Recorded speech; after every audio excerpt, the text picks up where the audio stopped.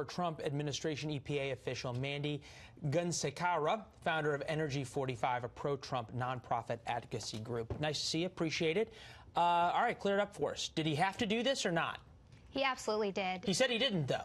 He had to do it. So, look, I worked with President and the administration. I've been in the trenches with him fighting for practical solutions to today's serious issues. And when we got together and thought about this, he always comes out strong. And that's what we saw yesterday. Declaring this national emergency or issuing this national emergency declaration is something that had to be done to address the ongoing crisis at the border of human traffickers, gangs, but help me understand this, though. The president himself said it didn't have to be done. You're saying it did. Where's the difference? So I would say he worked with Congress. He tried to work with Congress, and he got $1 trillion to fund the Department of Homeland Security. But that just wasn't. It was $1 trillion. You're right, $1 billion, over $1 billion to fund the Department of Homeland Security. He did what he could, but it was over $1 billion to fund the wall part. There was a lot more to fund DHS in there. Yes, exactly. But the best thing he can do to address the ongoing crisis at the border is to build the wall. And it's simple. Walls work. And what he's had to do in going to Congress is deal with an extreme party, an extreme Democrat party that has gone so far to the left. They want to go out there but for 2 years he was dealing with a Republican party, and he couldn't get the money. He didn't declare an emergency then. Why is it an emergency today? Emergencies you call 911 for. You don't say, well, I could call 911. I might not have to. I'll negotiate for a few weeks, and then I'll do it. Why is it an emergency today?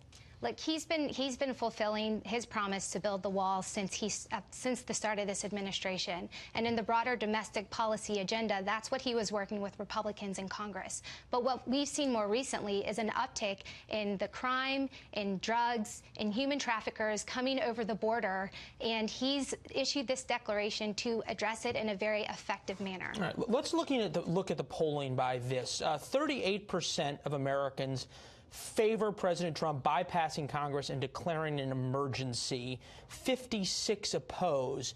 That is shockingly close sometimes to the president's approval ratings. How much of this is the president realizing that he's got to figure out a way to protect his flank come November of 2020? And if he hasn't made significant progress on the wall, he's got to find somebody to blame. If he declares a national emergency and the judges issue an injunction, as we already had legal challenges to it, people don't have to blame him. He doesn't have to take responsibility.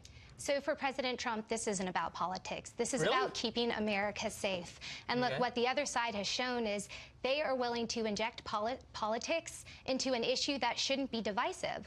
So you're questioning their motives? The other side, absolutely, I'm questioning their motives. Look, and the president's pure the driven snow on this. The fact that he campaigned on this doesn't make it a political issue. Of course he campaigned on it, but today what we're faced with is a serious crisis at the border, and the president has been working with Congress to try and get the right funding and try and get the right type of technologies in place to assist with protecting our border. And today it's all about keeping this country safe. So, Mandy, help me understand this. The president's been working for 2 years with a Republican Congress. Somehow they couldn't get the border funding figured out then. We'll let our viewers decide why not.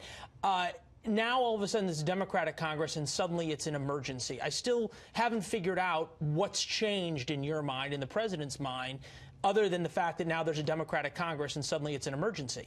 I think what's changed is what the president clearly laid out yesterday during his press conference, is that there's been this uptick in drugs coming into the country. Sitting in the front row was mothers from angel mothers who had lost children because of an inability to keep this country safe at the southern border. And so what the president has done is he's declared this national emergency using legal authority, clear legal authority that's been used in the past, and it's all about him placing Americans' safety at the utmost priority. Well, we will see how clear the judges of the Ninth Circuit think the legal authority is in the coming days and weeks. Appreciate you being here, ma'am. Thank you. Yeah, great. Thank you for the time. Good to see you.